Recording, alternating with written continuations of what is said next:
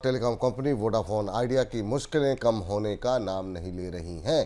Brokerage company Motilal Oswal ने Vodafone idea को लेकर के जारी अपनी रिपोर्ट में कंपनी के भीतर कई सारी दिक्कतें बताई हैं और शेयर में बिकवाली की राय दी है। मोतीलाल ओसवाल ने वोडाफोन आइडिया का लक्ष्य 6 रुपये दिया है। कंपनी में सुस्त कैपेक्स ग्रोथ को लेकर के कई सारे सवाल उठाए गए।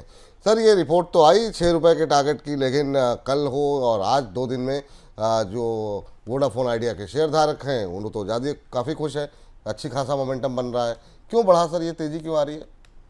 केवल वोडाफोन आइडिया बाजार के निवेशकों का सबसे प्री पेनी स्टॉक है।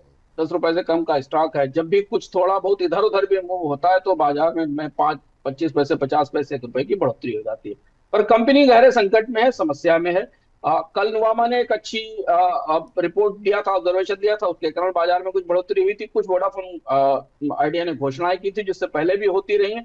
अगर आप परिस्थिति देखें तो ना तो रेगुलेटरी सिस्टम वोडाफोन को सपोर्ट करता दिख रहा है, ना एजीआर को लेकर कोई बढ़ोतरी होती दिख रही है, और यहाँ तक कि बैंकर्स भी फंड करने को तैयार नहीं है। तो वोडाफोन ने कहा कि वो अपने इंटरनल एक्यूरेल से, अपनी भीतरी स्रोतों से करेगा, पर भीतर तो पैसा है नहीं, कर्ज तो बहुत ज्यादा है। मोतीलाल ओसवाल ने अपनी रिपोर्ट में यही कहा है कि अगर इक्विटी इन्फ्यूजन भी होता है और नेटवर्क भी बढ़ाने के लिए पैसा मिल जाता है वोडाफोन को अपने आंतरिक स्रोतों से, फिर भी वोडाफोन अपना बाजार गंवाती चली जाएगी, क्योंकि आरपू बहुत कम तरह खराब है, टूटा हुआ है, प्रॉफिटेबिलिटी नहीं है।